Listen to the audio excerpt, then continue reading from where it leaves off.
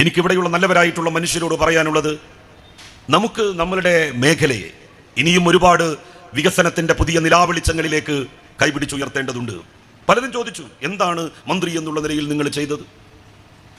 മന്ത്രി എന്നുള്ള നിലയിൽ ചെയ്തത് കാണണമെങ്കിൽ വളരെ ദൂരേക്കൊന്നും പോകണ്ട. നമ്മളുടെ കാവുംപുറത്തെ മദ്രസയിലേക്കൊന്ന് പോയി നോക്കിയാൽ മതി.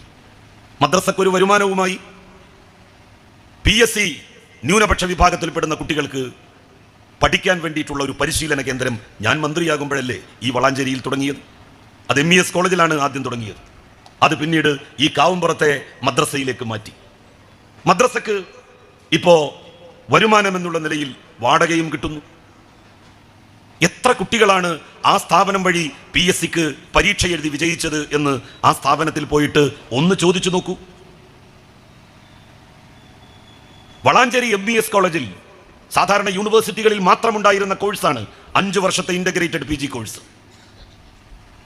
ഞാൻ ഉന്നത വിദ്യാഭ്യാസ വകുപ്പിന്റെ മന്ത്രിയായിരുന്ന സമയത്താണ് വളാഞ്ചേരി MES കോളേജിൽ 5 വർഷത്തെ ഇന്റഗ്രേറ്റഡ് ബോട്ടണി കോഴ്സ് കൊണ്ടുവന്നത്. ഇപ്പോ ഡിഗ്രിക്കും PGക്കും ഒരുമിച്ച് അവിടെ ഒരു ബാച്ചിന് ചേരാം, പഠിക്കാം. വലിയ വലിയ പട്ടണങ്ങളിൽ മാത്രമുണ്ടായിരുന്ന അത്തരം കോഴ്സുകൾ നമ്മളുടെ പ്രദേശത്തേക്ക് കൊണ്ടുവരപ്പെട്ടത് എന്നു മുതൽക്കാണ്. ഇതൊന്നും ഇവർക്ക് അറിയാഞ്ഞിട്ടല്ല, മറച്ചു വെക്കുകയാണ്.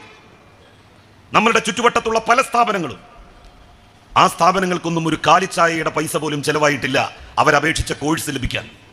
അവരോട് അങ്ങോട്ട് വിളിച്ച് ചോദിക്കുകയായിരുന്നു, നിങ്ങൾക്ക് കോഴ്സുകൾ വേണ്ടേ? അപേക്ഷിച്ചത് മതിയോ? സബ്ജക്റ്റ് മാറ്റണ്ടേ? എല്ലാ സൗകര്യങ്ങളും ചെയ്തു കൊടുത്തില്ലേ? ഇതിനപ്പുറം എന്താണ് ഒരു പ്രദേശത്ത് നിന്ന് തെരഞ്ഞെടുക്കപ്പെട്ട ജനപ്രതിനിധി അധികാര സ്ഥാനത്തിരുന്നാൽ ചെയ്യേണ്ടത്?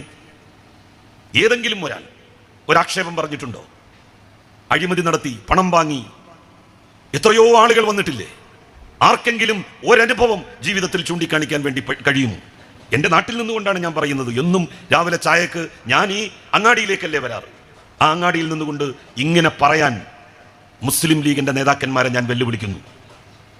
തദ്ദേശ സ്ഥാപനത്തിന് നേതൃത്വം നൽകുന്നവർ, അധികാര സ്ഥാനങ്ങളിലിരുന്നവർ, അവരിതുപോലെ ഒരു മൈക്ക് കിട്ടി പറയട്ടെ, ജീവിതത്തിൽ ഞങ്ങൾ ഒരാളുടെ കയ്യിൽ നിന്നും 1 രൂപ പോലും ഒരാനുകൂല്യം പറ്റിയിട്ടില്ല, ഒരാളിൽ നിന്നും ഒന്നും വാങ്ങിയിട്ടില്ല, അധികാരം ഉപയോഗിച്ചുകൊണ്ട് സ്വന്തമായ ഒരു തരത്തിലുള്ള ബിസിനസ്സും ഞങ്ങൾ നടത്തിയിട്ടില്ല എന്ന് പറയട്ടെ.